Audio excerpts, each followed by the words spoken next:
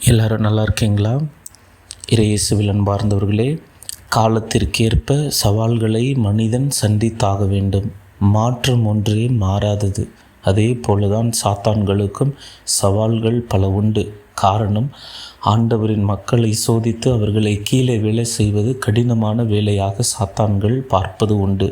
காரணம், ஆண்டவர் இயேசு நல்லாயனாக இருக்கின்றார். தன் மக்களை தன் உடலாலும் இரத்தத்தாலும் பாதுகாத்து வழி நடத்துகின்றார். ஆண்டவர் அவர் பணியை தன் திருத்தூதர்கள் வழியாக அன்று செய்தார். இன்று குருக்கள் வழியாக செய்கின்றார். என்றென்றும் இறை பணியும் ஆண்டவரின் ஆசீரும் அவர் மந்தைக்கு குறையாமல் இருக்கின்றது.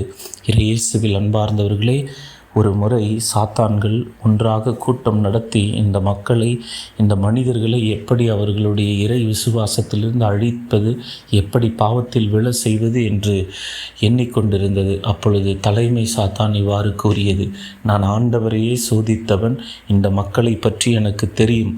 நம்மால் அவர்களுடைய விசுவாசத்தை அழிக்கவே முடியாது. காரணம், அவர்களுடைய விசுவாசம் ஆண்டவருடைய திரு உடலாலும் திரு இரத்தத்தாலும் ஒவ்வொரு நாளும் திருப்பலி வழியாக புதுப்பிக்கப்படுகின்றது. ஆனால் இவர்களை அழிப்பது மிக மிக சுலபமானது. ஒன்றை செய்தால் இந்த மக்களை அழிக்க முடியும் என்று கூறியதாம். அது என்னவென்றால், ஒவ்வொரு மனிதனுக்கும் தனிப்பட்ட ஆசை. தன்னுடைய ஊனியல்புக்கு அடிமையான மனிதன் அதை நாம் பூர்த்தி செய்கின்றோம் என்றால் அவன் விசுவாசத்தை விட்டு கொடுத்து விடுவான். அவனுடைய விசுவாசத்தோடு போரிட்டோம் என்றால் நாம் தோற்று போய்விடுவோம். ஆனால் அவனுடைய ஊனியல்பின் தன்மையை கண்டுணர்ந்து அவனுடைய ஆசையை நாம் பூர்த்தி செய்கின்ற பொழுது அவன் அந்த ஆசையின் நிமித்தமாக ஆண்டவருடைய விசுவாசத்தை தூக்கி எறிந்து விடுவான். இதுதான் அன்று பழைய ஏற்பாட்டிலும் நாம் பார்க்கின்றோம்.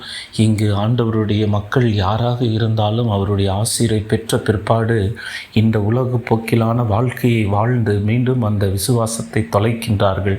ஆனால் அவர்கள் நற்கருணை அருகில் வருகின்ற பொழுது அவர்களுடைய விசுவாசம் புதுப்பிக்கப்படும்.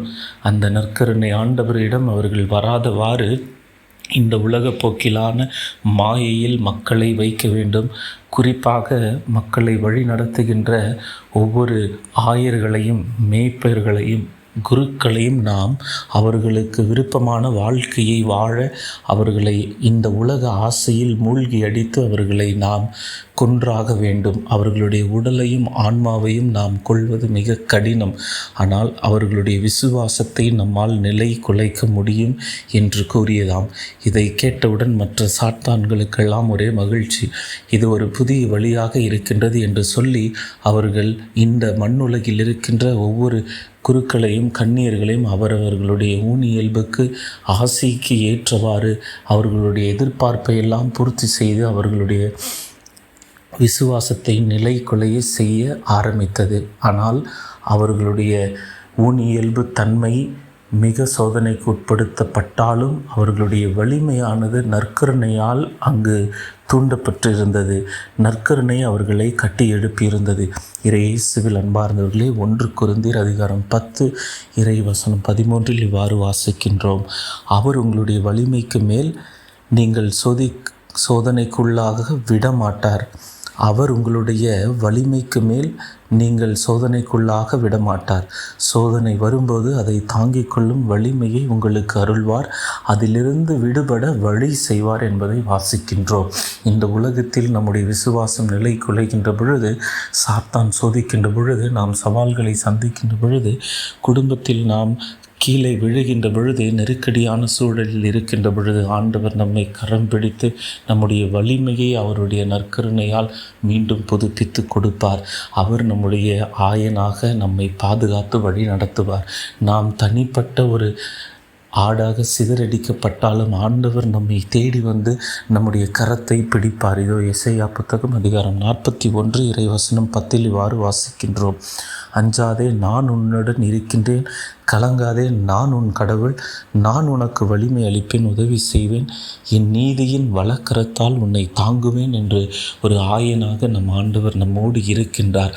இதை தான் இன்றைய முதல் வாசகத்திலே ஆண்டவர் நமக்கு மிக தெளிவாக குறிப்பிடுகின்றார். கெட்ட மேய்ப்பர்களை எல்லாம் தூக்கி எறிந்துவிட்டு தன்னுடைய மகனையே அவர் கொடுப்பதாக வாக்குறுதி கொடுத்து 2ஆம் வாசகத்திலே அந்த மகனை இயேசுவை நமக்கு கொடுத்து நம்முடைய பாவங்களிலிருந்து நம்மை மீட்டு மீண்டும் அமைதியின் அரசராக அவர் இருக்கின்றார். அமைதியை நம்முடைய இல்லத்திலும் உள்ளத்திலும் அவர் நமக்கு கொடுத்திருக்கின்றார். மிக அழகான ஒரு வசனம். இறுதியாக 1 தெசலோனிக்கர் 4:3 இவ்வாறு வாசிக்கின்றோம். நீங்கள் அனைவரும் தூயவராவதே கடவுளுடைய திருவுளமாக இருக்கின்றது. ஆம், இயேசுவில் அன்பார்ந்தவர்களே, நம் ஆண்டவர் எதற்காக நம்முடைய குடும்பத்திற்கும் இந்த உலகத்திற்கும் ஒரு ஆயனாக ஒரு அடிமைத்தனத்தில் அவர் இந்த உலகிற்கு வந்து தன்னுடைய உயிரை கொடுக்க வேண்டும் என்றால் நாம் அனைவரும் தூயோர் ஆக வேண்டும். இதுதான் ஆண்டவருடைய திருவுளமாக இருக்கின்றது.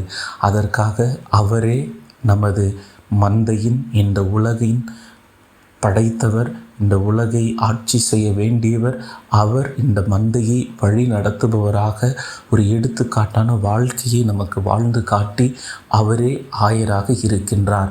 இயேசுவில் அன்பார்ந்தவர்களே, ஒரு நிமிடம் நம்முடைய கண்களை மூடி சிந்தித்து பார்த்தோம் என்றால் நாம் பல நேரங்களில் காணாமல் போன 100வது ஆடு போல தான் இருக்கின்றோம். தொலைந்து கிடக்கின்றோம்.